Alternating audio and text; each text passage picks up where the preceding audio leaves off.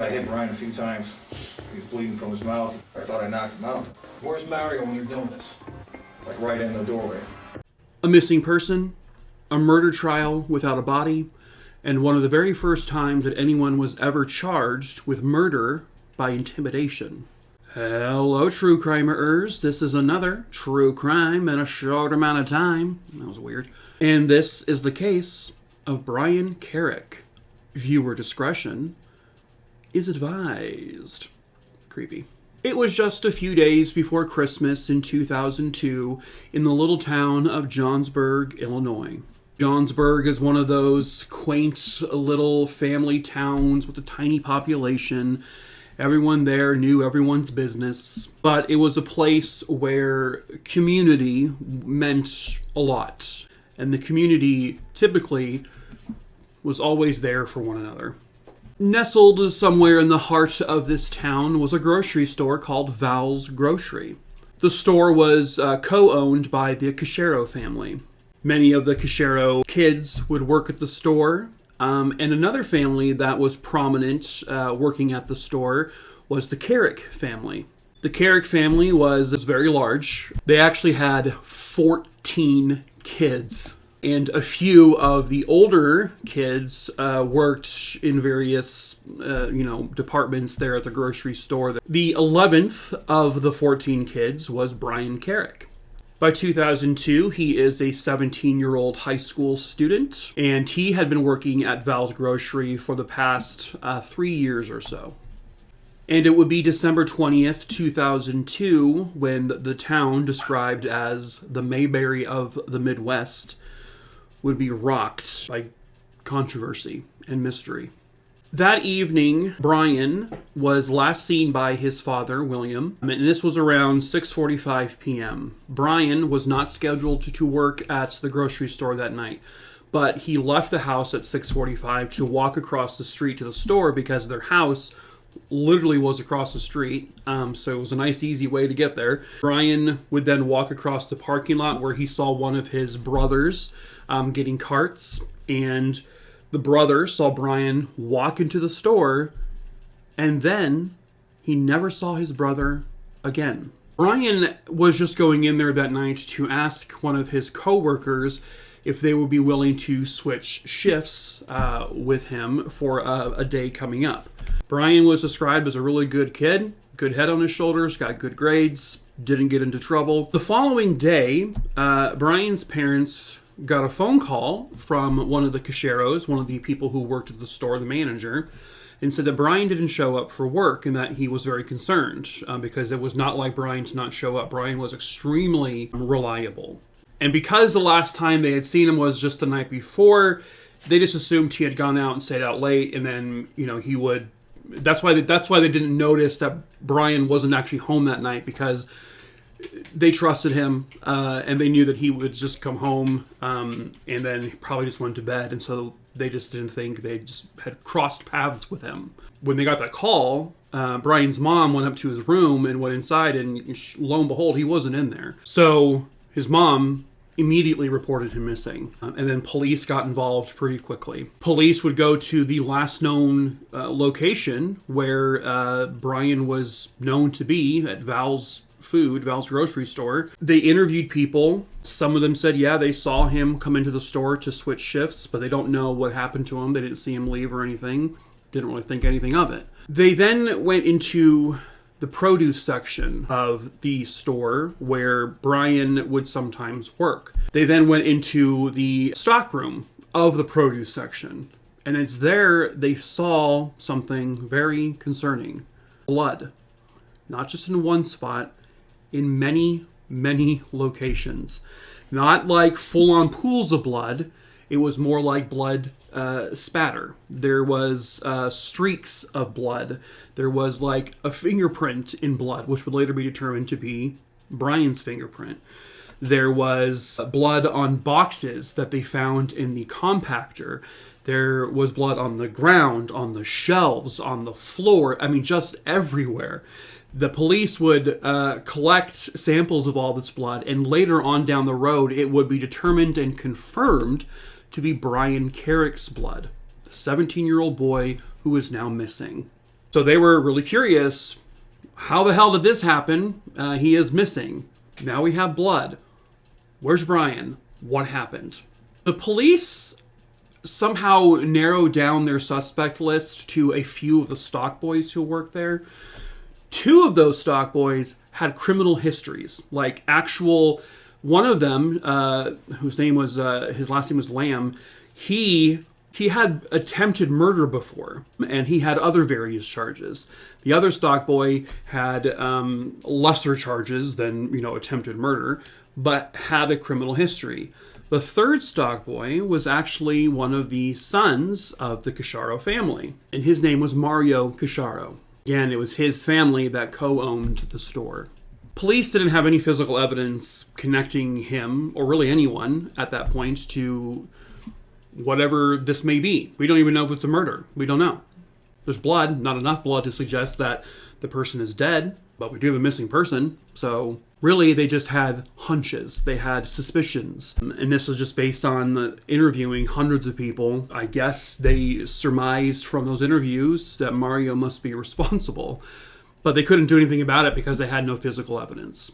It should also be noted that Mario and his entire family were out there every day searching for Brian with the Carrick family, with the community. The community banded together and they started searching everywhere for this boy.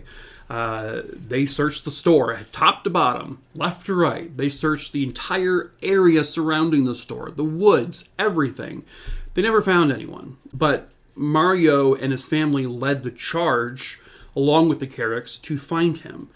The Casharo family also offered a ton of money as a reward for any information that would lead to this criminal who may have done something to Brian. In 2010, Mario Casharo was arrested by the police and charged with a charge that had never at that point ever been given to someone: murder by intimidation. Police came to this conclusion based on the witness statement of a man named Shane Lamb. Shane Lamb was one of the stock boys, who I mentioned earlier, who worked at the store, who was one of the three people that police had initially suspected. They interviewed him, and he said this. I hit Brian a few times. He was bleeding from his mouth. I thought I knocked him out. Where's Mario when you're doing this? Like right in the doorway. Shane Lamb, unbelievably, would be given immunity for involvement in this case. And I am baffled by this. I am very confused by this. But anyway, he said in his statement that Mario was part of drug dealings that were going on in this store, like serious drug dealing. Brian Carrick, according to Mr. Lamb, was involved in this in terms of purchasing drugs. But I guess he wasn't paying up, allegedly. And allegedly, Mario didn't like that. Mario wanted him to be taken care of if he wasn't going to pay for his drugs. By the way, it would be kind of revealed that, like, Mario, like a lot of people his age, he had purchased pot before and smoked it with his friends. They kind of sold it amongst each other, but there was never any proof or evidence of an actual drug operation going on, which is what Shane Lamb was basically trying to describe as going on. So Shane Lamb had gotten into work that night, and Mario stopped him and said, "Hey, Brian's in the back. Like, Brian's back there. He hasn't paid up. So let's do something about it." So he's basically alleging that Mario told him to rough up Brian. Shane Lamb literally admits to punching Brian several times, and he even said the last blow rendered Brian unconscious.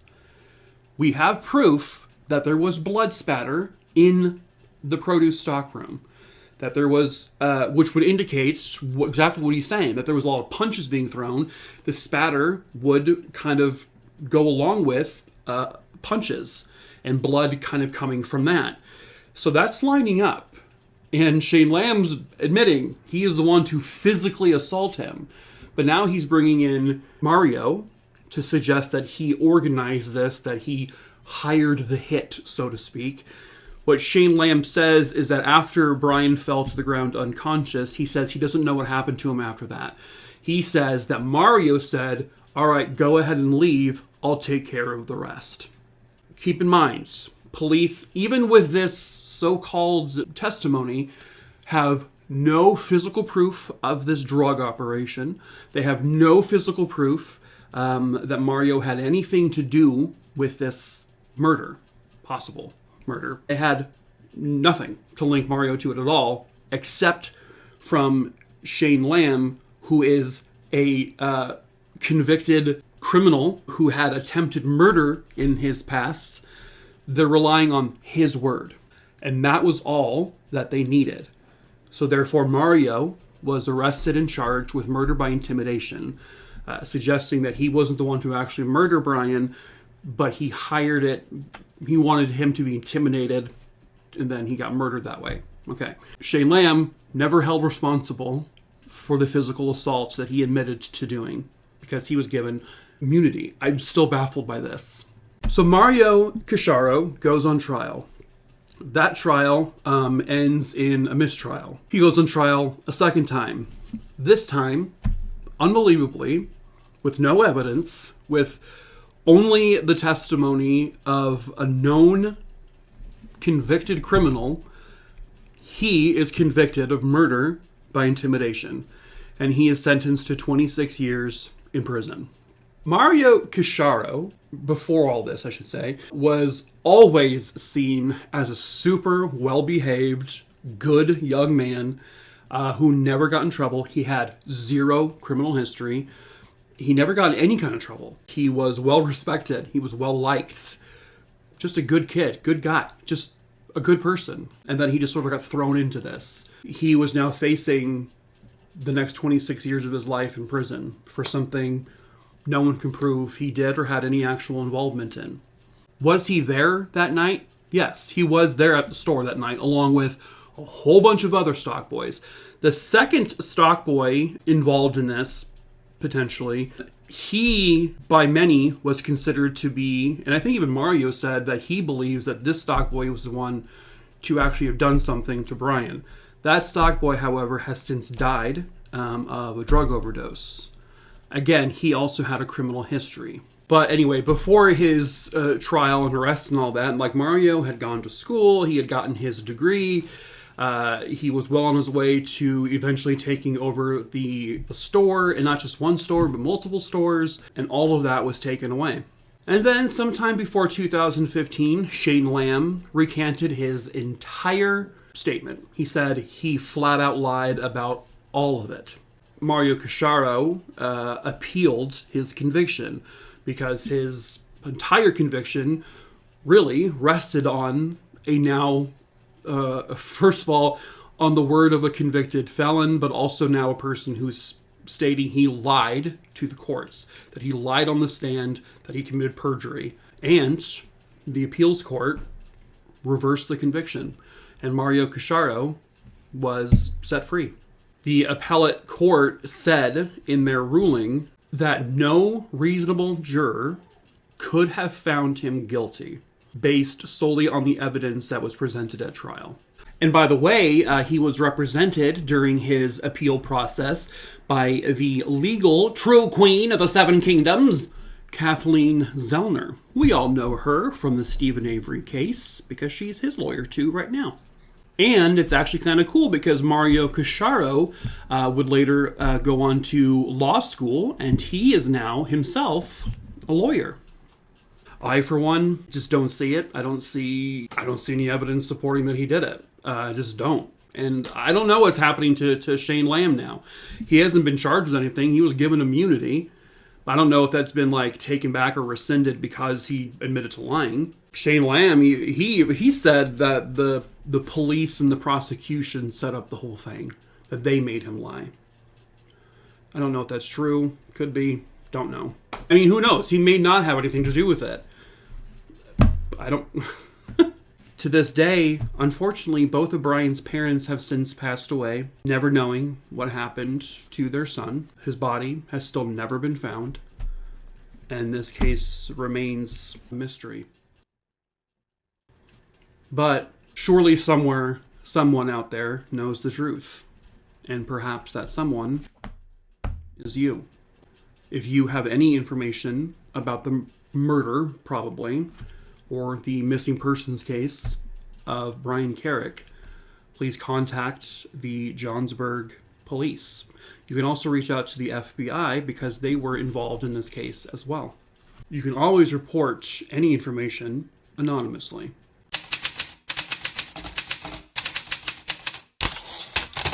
Was it just a terrifying home invasion? A random act? Or was he killed because he knew too much? Well, even to this day, it is still an unsolved mystery. Hello, true crimerers. This is the case of Stanley Gryziec. Viewer discretion is advised. Stanley Edward Gryziec was born on March 29th, 1917. Hey, that's my birthday! Well, not the 1917 part. I was born in 1843, but March 29th. Neat. Stanley lived his entire life in the little, city or town of Rome, New York. Stanley was one of 5 siblings. They grew up with a father who was very involved in the political scene there locally. They had a wonderful upbringing, and Stanley became an upstanding person, an upstanding citizen, just an all-around great guy. From 1942 to 1946, he served in the United States Navy, and in that time frame, he also married his sweetheart, Esther. They got married at the Transfiguration Church there in New York, and which is where they were proud members of. They were very involved with their faith and their religion, and they also had a few children together. And then would later go on to then have grandkids. It was just a really big old happy family. After he got out of the Navy, so about 1946 or so, he and his brother, co-ran a local bar, which Stanley did for some time. And then by 1957, Stanley and his wife and some of his brothers as well, they owned and operated a gas station / liquor store. And this little setup was like literally right next to their house. It was like their house and then boom, the gas station right there. Stanley himself and his wife, they are the ones who mainly operated the liquor store portion, and then his brothers, they mainly operated the gas station portion. And it was a great little business they had. Everything was going great. They were making good money, and everyone was hunky-dory. Everyone was happy. But that would all come to an end in November of 1976. By 1976, Stanley is 59 years old, and everything is going smoothly for him and his wife and their business.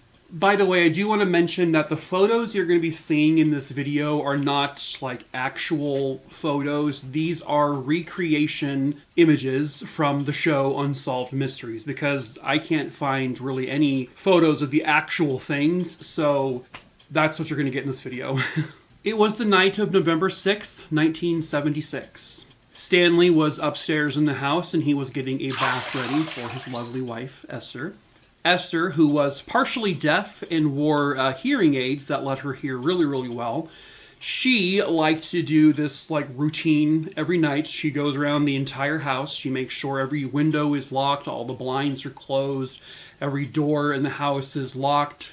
Very safety-oriented. As Esther is in the kitchen, she is kind of closing the window there when she hears the sound of the kitchen door that would lead to the outside. She heard the handle jiggling, and then she heard it unlatch, which is a terrifying sound, especially if you're not expecting anyone. And as she turned around, she was confronted by 2 men in ski masks. They rushed towards her, and they began to struggle with her.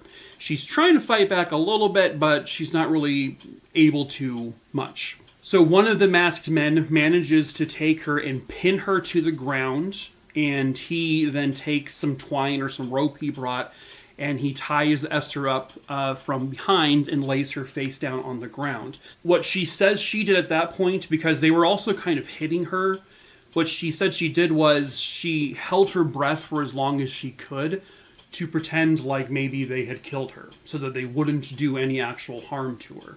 As the man is tying her up, her head is on the ground, and she can see, from the side, and she sees what she described as a pearl-handled gun on the ground, literally next to her face. And then, when the guy's done tying her up, the guy picks up the gun and then he moves on. As this struggle is going on, Stanley, who is upstairs drawing the bath, he must have heard it at some point. He ran down the stairs to see what the hell was going on when he was confronted by another one of the masked men. The two of them apparently had some kind of struggle. They fought. And then all we really know from that point is because at this point, Esther has now actually passed out. She's fainted. She would be the only surviving witness in the house, so we only have her account of what happened. And because she had passed out, she didn't hear or see what happened to Stanley. But after some time, Esther finally comes to. She manages to free herself from her bindings, and she goes to the dining room where she thinks she last saw Stanley before she fainted. She goes around the table and sees Stanley also on the ground, tied up with his face to the ground, and she's trying to wake him, but he's not waking up. And that's when she notices the blood. So she obviously calls 911. Police and ambulance arrive. Stanley is pronounced dead. Police, they interview Esther. They get her account, so basically everything I just mentioned. And then they do their own search of the house. The house itself is completely ransacked. By Esther's calculations, the two men had been in the house for maybe an hour to an hour and a half. She did hear them and notice them rummaging through things, throwing things around, which was apparent by the absolute chaos of the actual scene, where there was just stuff everywhere. And when Esther got a look at the house afterwards, she said really nothing was missing. The only thing she could tell was missing was that she knew there were like 2 beer cans in the fridge, and those 2 beer cans were just suddenly missing. So the only thing that seemed to have been taken were 2 cans or 2 bottles of beer, which is very, very strange, because they were there for a long time, and it really looked like they were searching for something specific. The police dust everything, including the doorknobs and everything, for fingerprints. They dust the drawers, everything the people may have touched, but Esther believes they were likely wearing gloves, but she wasn't 100% sure. Police allege they combed the entire house for any evidence, fingerprints, hair samples, anything like that. This is before DNA, so they didn't really have any blood or anything anyway left behind. So, but they claim they found nothing. At Stanley's autopsy, the coroner determined that Stanley Gryziec was stabbed 1 time directly in the heart, and that was his cause of death. Esther, when she found out about this, thought that was very strange because she saw a gun. Like, Esther knew they had a gun. She never saw a knife. Now, again, she was passed out, so she did not hear a gunshot, nor did she see anything else in terms of how Stanley was attacked. So she just thought it was very odd. And so the process went on. He was buried and he was laid to rest. Now, a couple of Stanley's children had finally been allowed access into the house after police were done investigating it. And one of their sons, they were looking around, searching around the dining room area where Stanley was found deceased. They were looking around, they were moving the table around, and on the rug underneath their table was a single shell casing. It was just lying, just very lightly, gently on the rug, as if it had been fired from a weapon, and that's where it landed. Okay, well that's lining up more with what Esther's saying in terms of she saw a gun. I don't know if the police did this or if the family did this, but essentially, Stanley Gryziec's body was exhumed. They dug him back up, and they had a second person do an autopsy on him. This autopsy said he was not stabbed. There was no evidence that he was stabbed in the heart. As a matter of fact, they confirmed with certainty that he was shot by a .25 caliber bullet, which is the shell casing they found at the crime scene. I don't know much about, autopsies and how coroners operate, but I do understand that there is a significant difference between a stab wound and a gunshot wound. I have never heard of a coroner mistaking a gunshot wound for a stab wound. Never seen that before. from what I understand, they're two very distinct injuries that it's not easily confused. So that was very, very odd. They also found it odd that the police claimed they did a really thorough search of the house, but they did not find the shell casing under the table. It would have been easy because there was literally nothing else under the table. And this is the area where Stanley was found dead.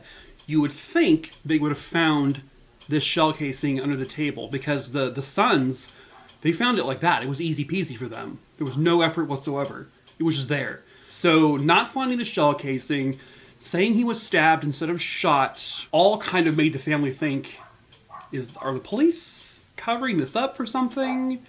Is there involvement on their end? What's going on? But sadly, they really, from the get-go, either the police just weren't investigating it or they weren't getting any tips or they weren't getting any leads, and the case went cold almost immediately. They had nothing to go on. Sadly, 2 years later, a little less than 2 years later, Esther Gryziec, she passed away. Her family would say that Esther died the night Stanley died, and she was really just more existing for those last 20 months or so, which is really, really tragic. And then years go by, a decade goes by, and then finally in 1989, police are given some new information. An unidentified informant came to police and gave them a story. This informant is, or was at the time, a known drug dealer, someone who had prior convictions for drug dealing, and he wasn't hiding that fact whatsoever from police. This informant, who to this day has never been named, said that he was working at a bar there in Rome, New York. A couple of days before Stanley was killed, this informant, while at the bar, was approached by someone who asked the informant if they would break into Stanley's home, and because Stanley has a whole bunch of money in there, which wasn't really true. This man who tried to hire this person said, because I guess the informant owed a debt to this person, so the person was like, this will repay your debt, and I'm going to get money from Stanley, alleging that Stanley owed this person money. So the man who tried to hire him took the informant to Stanley's neighborhood and pulled in front of Stanley's house and said, "That's the house I want you to break into." Ultimately, according to the informant, if this is all even true, the informant says they said no, that they weren't going to do it, that they would just pay back their debt the normal way. And then, a couple of days later, Stanley is killed. At this point, because it's over a decade later, there's new detectives involved who weren't working this case prior. So, this story with the informant kind of brings life back into the case, and so they begin to kind of start from the beginning and comb over it again. They discover that there was a neighbor of Stanley and Esther's who was actually a witness that night, the night of the murder. The neighbor's name was Amy Scott. She lived, I believe, across the street from the Gryziec property with the gas station and all that in the house. Amy, that same night, was watching TV, and her dog was, really itching to get outside, probably go to the bathroom. So Amy opened the door, she let the dog out. As she's doing that, she sees a man kind of wearing a beanie, walking from the direction of a white car on her side of the street towards the alley that was between the gas station, liquor store, and the Gryziec house. Some point later, she then says she looks back outside and sees that same man almost sprinting from the Gryziec property, gets back into that white car where another man is behind the wheel, and then the car speeds off in a hurry. She said this all happened sometime around 11 p.m. on the night of the murder. In kind of a terrifying, I don't know if it's a coincidence, this is probably not a coincidence, Amy then says a couple of days after the murder, she was driving around. She went to an ATM. She was waiting in line for the drive-up ATM. And behind her, she sees a white Cadillac. The white Cadillac just so happens to be the exact same car she saw speeding away from the house the night of the murder. She looks in their rearview mirror and she can kind of see the driver, and the driver looks very, very similar to the driver she saw on the night of the murder. So she starts freaking out, and so she pulls away from the ATM, and the white Cadillac pulls away with her and begins to follow her. And this car literally follows her around town, and she decides, okay, I'm going to the police station, which was probably the smart thing to do. So she parks in front of the police station, and at that point, she sees the car kind of just sort of slowly drive by and then speed away. So she obviously tells police about this event. Amy knew of a woman who I guess owned a bookstore, and Amy and her must have been talking at some point. And when Amy described the two men she thinks she saw the night of the murder to this friend, I think her name was Patsy, Patsy says, that's very strange because the two men you're describing, I'm pretty sure I saw in my bookstore a day before Stanley was killed. Those two men were talking to my husband. I don't know what they talked about, though, she said. But it appeared that these two men were on friendly terms with her husband. But in what way? I guess she never found out. I'm not sure, actually. Police went to Patsy after Amy told them, and police said, well, why didn't you tell us way back then in 1976 about this? She said, I did. I spoke to two police officers. I told them that I saw the same two men that my friend Amy said she told you guys she saw that night at the bookstore talking to my husband, and there was no records of it. There was no records she ever talked to the police. There was, I guess, something in the logbooks or something that said that they had a conversation with a woman named Patsy, but in terms of any of that conversation she had, didn't exist, wasn't in the file at all. Almost as if they just threw away whatever they talked about with her for whatever reason, or they were just really bad at their job and didn't take anything down. When police reopened the case in 1989 after all of this, another witness comes forward to say that sometime after the murder took place, they weren't sure if it was like the next day or a couple days later, they were at that same bar where the informant had worked, where someone tried to hire him to break into the house.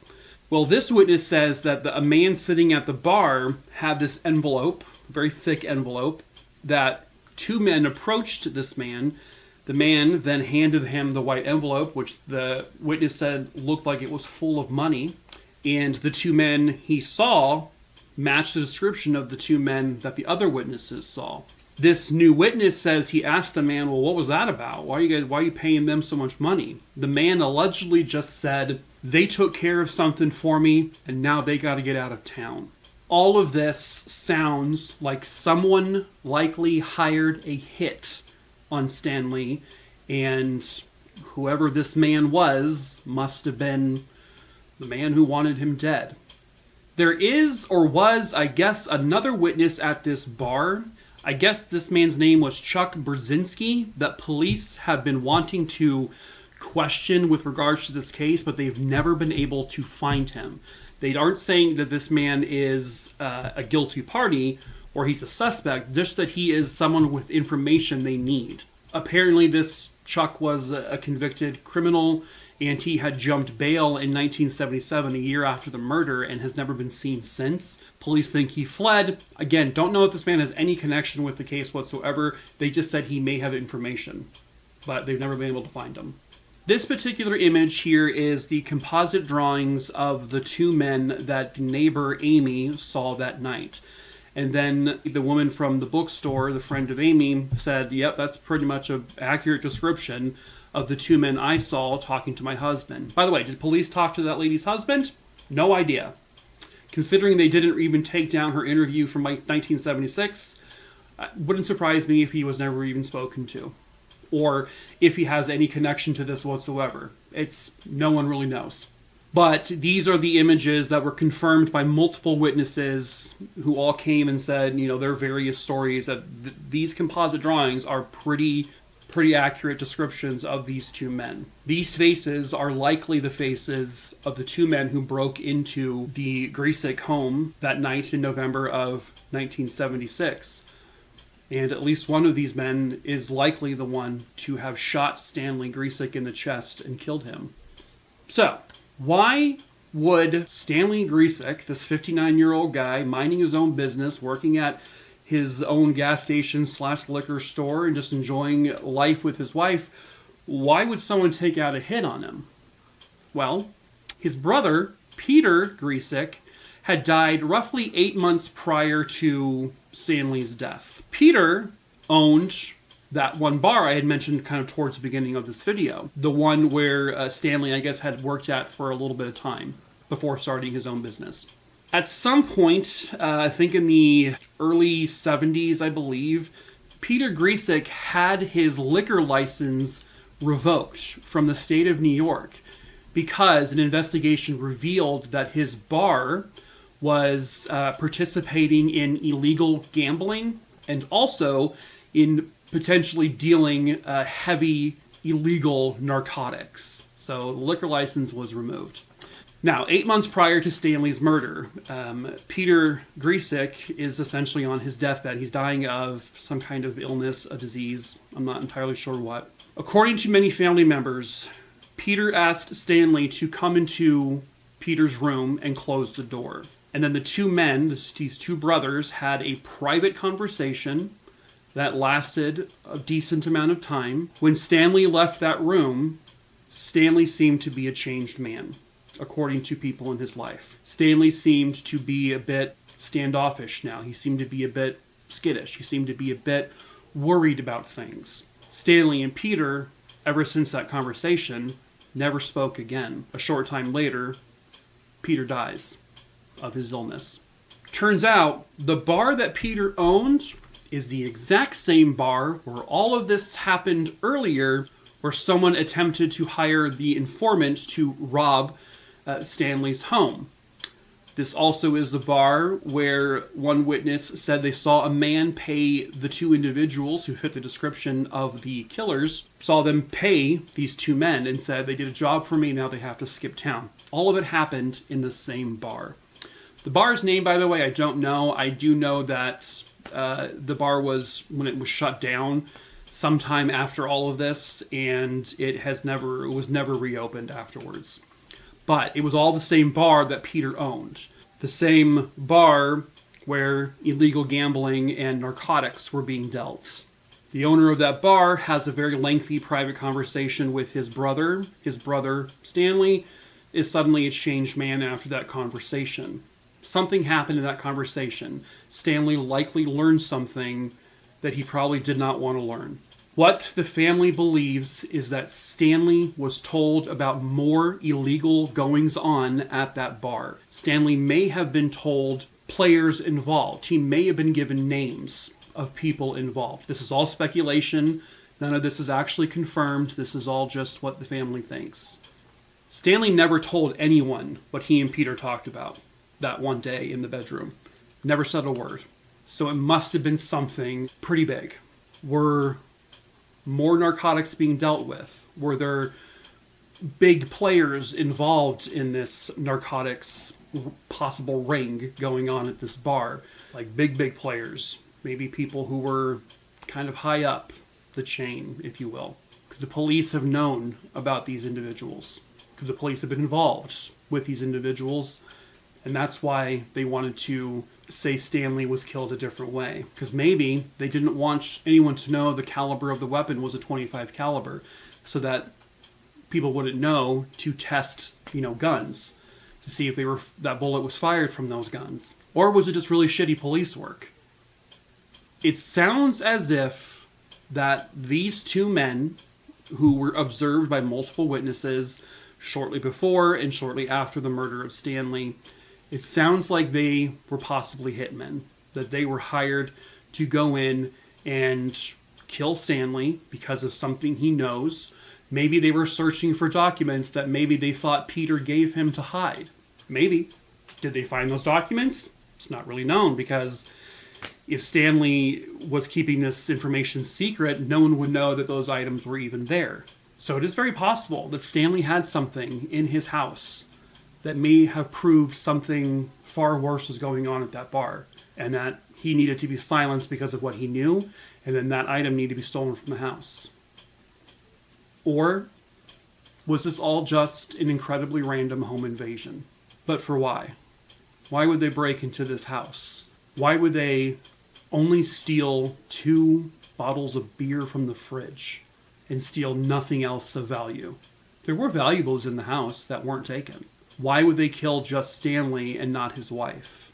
Why were they in the house for so long? An hour and a half looking through everything. That's the behavior of people who are looking for something specific. Something they knew to look for. And nobody knows if they found it or not. The two suspects in this case, one of them is described as a tall, dark-haired white male. The other is described as short, stocky, white male with sandy hair. These two men have never been identified, and no one has ever come forward to say that they recognize these two men.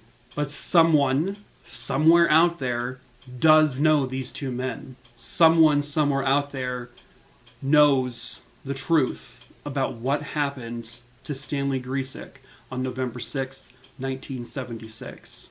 These two men may be dead at this point. They may not be. They may be very, very old at this point, but they could still be around. The person who potentially hired the hit on Stanley could also still be around. But even if not, there has got to be information out there that could help close this case once and for all. It sounds like it's right on the cusp. Like they know things, but they don't know everything. They aired this case on the show Unsolved Mysteries in January of 1991. After it aired, police got like 300 tips and things like that. Police said a lot of the tips were redundant or were information they had already known prior. Keep in mind, these are also new police and new detectives who are working in this case as compared to the people working on it back in 1976. And then later on in 1991, police announced they had a prime suspect, that they believe that this man did hire these two men to kill Stanley for whatever reasons. But they said that this man, there is no physical evidence, or I guess circumstantial evidence, to ever actually say whether or not that this man really was who they thought he was in terms of hiring this hit. They never had anything to press charges against him, and allegedly, he was never named. Since this murder took place, over the years, it's been decades, many of the witnesses have now passed away. Police, even though they have not said the name of this potential suspect, they claim that this man is also now deceased. So, like I was kind of saying a few minutes ago, the players involved may be dead. Some of them may still be alive. But the answers are still out there, somewhere. They're floating around. Someone knows something. I'm sure if this was a hired hit, it's more than just these three people who knew. And people like this love to talk, and they love to brag, and they love to run their mouths. So someone likely knows everything about this. Or mostly everything. Stanley Gryziec's family deserves to know the answers. They deserve the truth, and they deserve just to have a resolution to this, to find peace. They, their children are all full-grown adults now with their own families, and even with decades passing, they're still grieving. This is still a heavy loss. They lost their mother less than 2 years afterwards, because she was heartbroken and devastated, and she died never knowing who it was who killed her husband.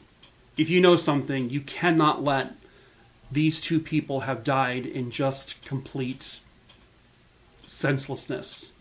If you have any information on the murderers of Stanley Gryziec, you can contact the local authorities there in Rome, New York. You can call them, you can email them. You can always do so anonymously. And you can finally give the family of Stanley and Esther Gryziec the answers and the closure they deserve.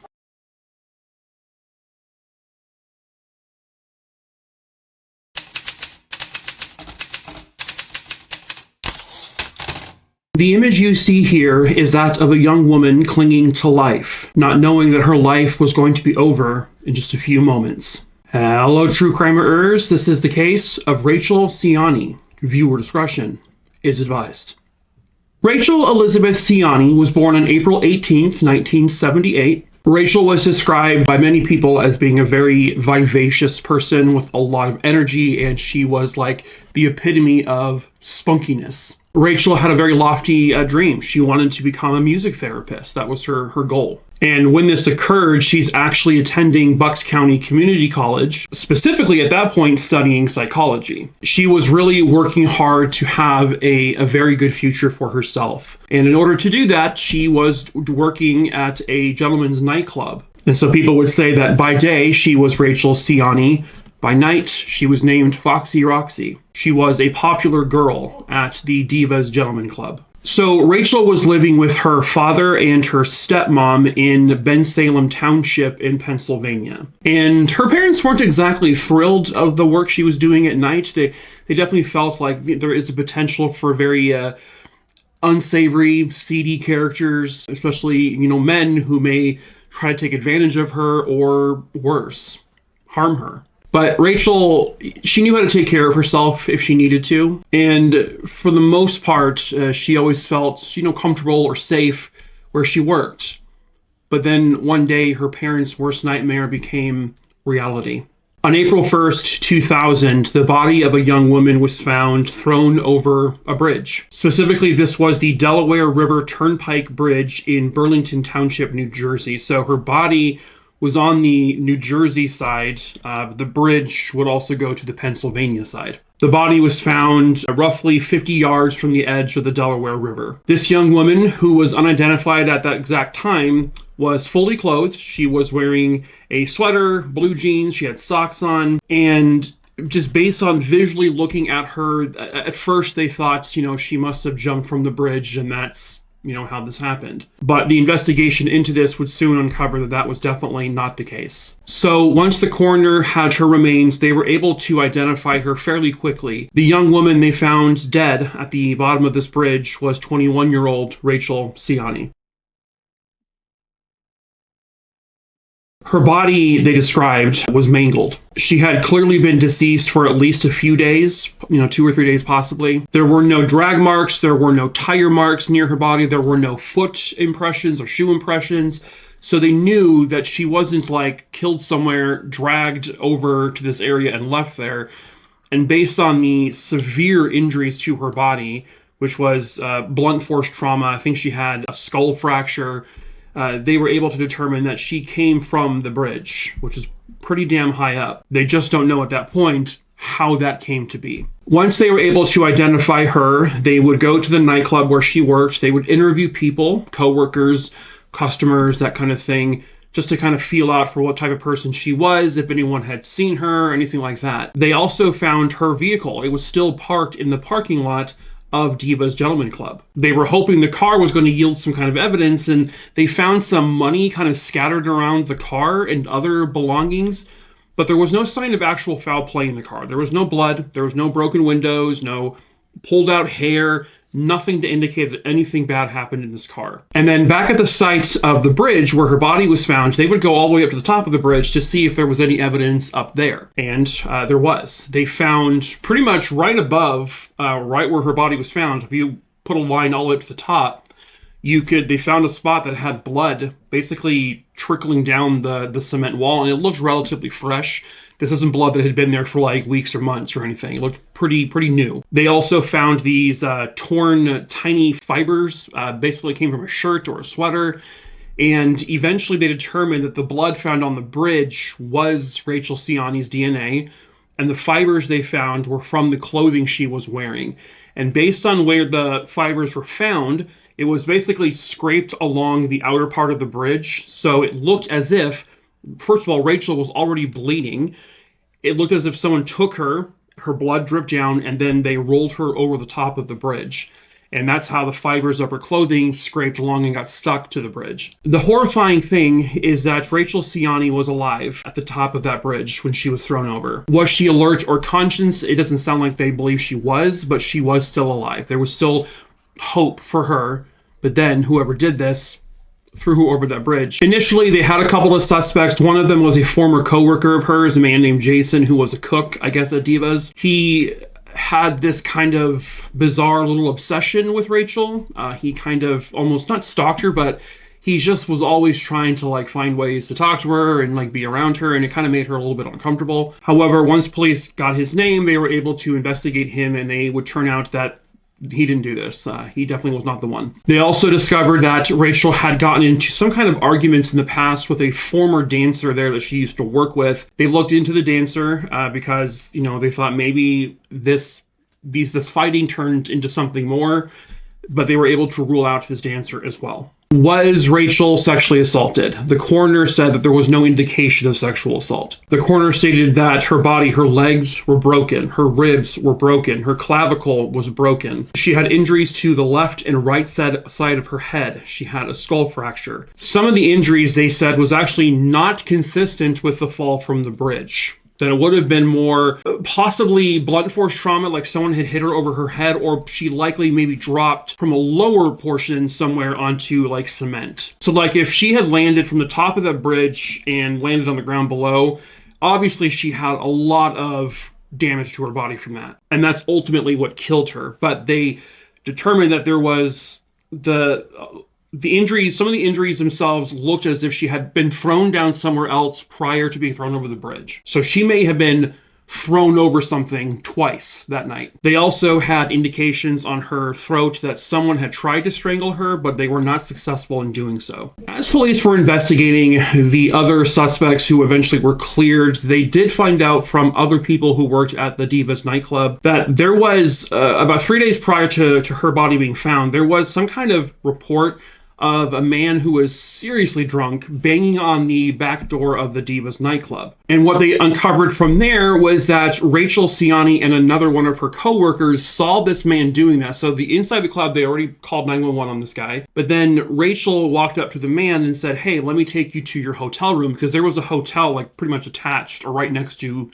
Divas. They would learn that this man's name was John Jack Danafa. Jack was a regular at Divas. He had been known in the past to get very, very drunk there on a number of occasions. He was also considered a really friendly guy. He was really never violent. He was never like loud or mean to anyone. He just seemed to have like this friendly demeanor with everyone who worked there. And, you know, they were like, honestly, we had fun with the guy. He was a fun guy. They did uncover that Jack had he wanted to have a special bond with Rachel, and that he was kind of infatuated with her, maybe had a little crush on her. And he usually tipped Rachel a lot. He gave her a lot of money. And Rachel would say that she barely had to do anything to get extra money from him. He was just that much in love with her. I don't know what he thought, but that he just gave her money. And certainly Rachel had no fears of being, next to this guy, because again, everyone was super friendly with him. And even though he was maybe a little overly smitten with Rachel, she still felt comfortable around him. Certainly comfortable enough to walk him to his hotel room that night, 3 nights prior to her body being found. So they eventually track down Jack, and they bring him into the police station where they interview him. They said his attitude was very dismissive. He was very chill. He didn't seem like, when they told him that Rachel was dead, this is a girl that he was always infatuated with and was very friendly with, and she was friendly with him. He seemed to be like, oh, okay. Like, didn't seem to care that she was dead. They then saw on his arms, as they were interviewing him, he had scratches. He had scratches visible around his body. And when police asked him, can we take photos of that? And they asked him about the scratches, he said, I want my lawyer now. Now, again, I will always recommend, whether you're innocent or guilty, if you're brought into an interrogation room, no matter if you feel confident that you are innocent, I always say get a lawyer. Ask for a lawyer right away. Don't let anything potentially bad happen. Just get a lawyer. It doesn't make you guilty if you get a lawyer. Detectives might want to tell you that. Oh, you want a lawyer? Okay, so you're guilty of something then. No, it just means you're being safe. You're being cautious. But it doesn't also mean that you are innocent. They found out which room Jack was staying in, and by the time they figured this all out, Jack had already checked out of that room, and that room had been cleaned on like 3 or 4 different occasions, and so there was no physical evidence inside that room.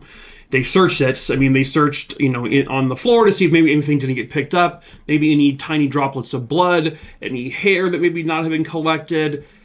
they got unlucky. There was nothing in that room at all. They did, however, discover that Jack checked out of his room at a very unusual time, at about 3:30 in the morning. This would have been the night that Rachel disappeared. When they were walking around the hotel, they noticed that there was this dark colored stain on the concrete, which was actually just below the room, because he was on the second floor, the room where Jack was in at that time when this all happened. When they took swabs of this stain, it was presumptive positive for human blood.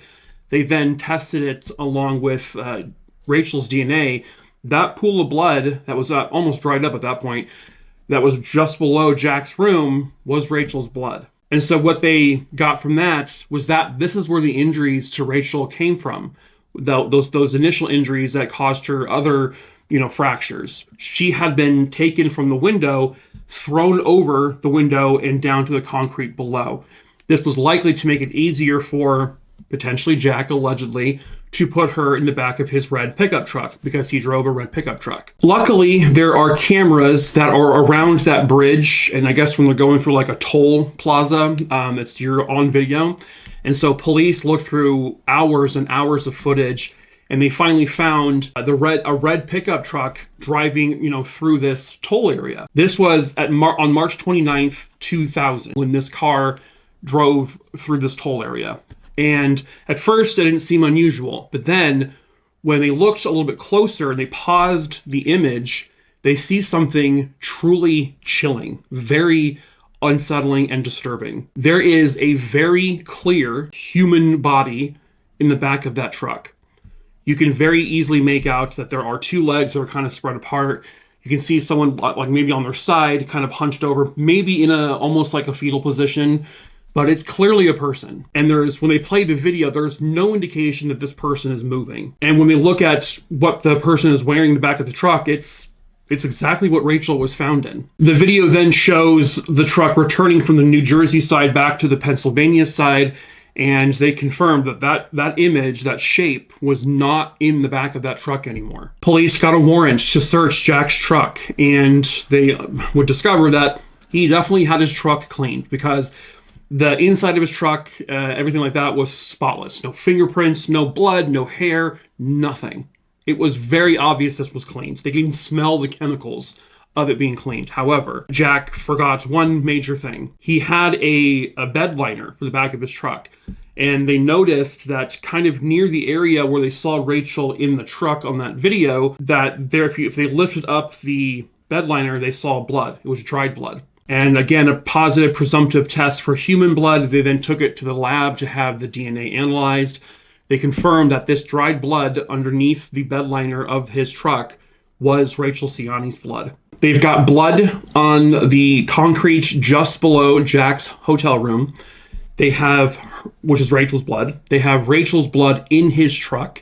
They have the camera footage of a body. Can they say for sure in that image it's Rachel's body? No, but they do have the blood. So again, that image is definitely Rachel. They have circumstantial evidence that she was last seen with him walking to his hotel, specifically to his room. They had witnesses who said that. They also have the circumstantial evidence that he was the most infatuated with anyone there. It was with Rachel, and that he splurged on her all the time. Jack Denofa is arrested and he is charged with the murder of Rachel Siani. He claimed he was innocent. He said he did nothing to her, that they had the wrong guy, and that he wasn't driving his truck that night. He wasn't denying that the red truck they found on that video footage was his. He said, yeah, that's my truck, but he said I wasn't the one driving it. Which, to be fair, you cannot see in any of the images who was driving that truck. But who was driving a truck other than you? So what they believe happened is that Rachel, because she was friendly with Jack and Jack was friendly with her, Jack was banging on the outside door of the Divas nightclub, probably because he was thrown out for maybe being a little drunk. Too drunk. Rachel saw this and said, okay, I'll take care of him, it's fine. And she convinced Jack to walk away from the club, and she walked him to his hotel room. There are witnesses who saw this happen. She walks him into his room at the hotel. And from that point, they think that Jack likely tried to initiate sex with her, maybe even tried to force sex upon her, but she resisted and she said no. This made him unhappy. He was drunk. he began to strangle her, and she likely scratched at him, which is why he had fresh scratches on his arms. They think that based on the injuries to her neck on the outside, they believe that he had put a chokehold on her, and that's what caused her to pass out. Realizing now that he can't just take this body, because he thinks that she's probably dead at this point, but she wasn't. Her heart was still pumping when she went over that bridge. The coroner could determine that. But he also can't just take this body and walk through the hotel with it. He's on the second floor. I mean, there's just no way he's gonna be able to do this. So he opens up his window and he just takes a huge risk. I mean, this is like at 3:30 or so in the morning. He throws the body over it, and then he puts the body in the trunk. He checks out of the hotel at a very unusual time. Then he drives across the bridge, brings her to where the blood eventually was found, because at that point he had already, she was bleeding from being thrown over the side of the window, and that's how her blood got onto the drip down the side of the bridge wall.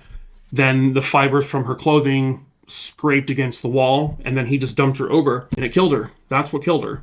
The evidence against him was unbelievably strong. You have DNA evidence, you got fiber evidence, you have witnesses, you've got circumstantial evidence. There's no way that he's going to be found not guilty. In November of 2002, Jack Denofa goes on trial for the murder of Rachel Siani, and the jury comes back with a verdict of guilty. Jack Denofa is then sentenced to 30 years to life. So, of course, means that he has to serve at least 30 years before he can ask for parole. And so if this was in 2002, it'll be not until 2032 when he can even begin asking for parole. Rachel Siani was a beloved member of the community. Everyone at the Gentlemen's Club loved her. She was sweet as can be. She was working there to pay for her education.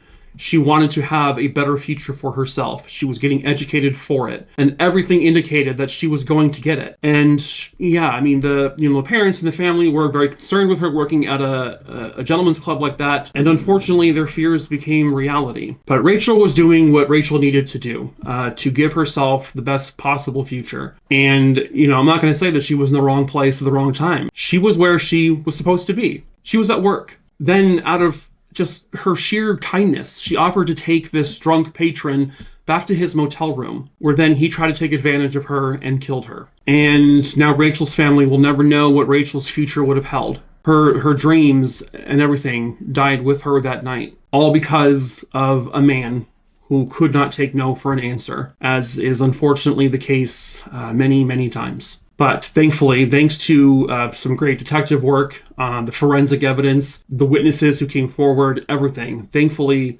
Rachel Siani, because of all of that, was able to get the justice she very rightfully deserved.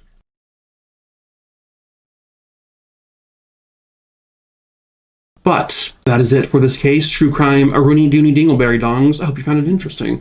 As usual, hello, my name is Mike. If you are new here, I tell true crime stories here on YouTube, obviously. So please subscribe if you're into that kind of thing. Give this video a like, drop a comment, so that way more people can see it. Hit the bell so you're notified of when I post new videos. I post almost daily at this point. So yeah, check it out. You're already checking it out if you're here. That was a weird thing to say. Anyway, I also tell short form true crime stories over on TikTok. The link to my TikTok is in the description of this video below in the link tree. You can also just search Making a True Crime on TikTok and you'll find me easily. I do post compilation videos at the beginning of every month here on YouTube from all my videos from the previous month on TikTok, so you can see them that way as well. Also in that link tree below, you'll find my case list. That's actually over 7,200 names long now. I typically choose cases at random, so if there's a case you want me to cover, just send me an email, also listed below. Just the name of the case, where it happened, and when it happened. I'll add that name to my list. Like I said, I pick cases at random, unless if you are a loved one directly connected to a victim, missing person, cold case, unsolved, or you want their story told, let me know in the email that you are family, and that way I can make that case a higher priority. But that is it for this video, True Crime Rooney. So until the next case, ta-ta for now. Bye.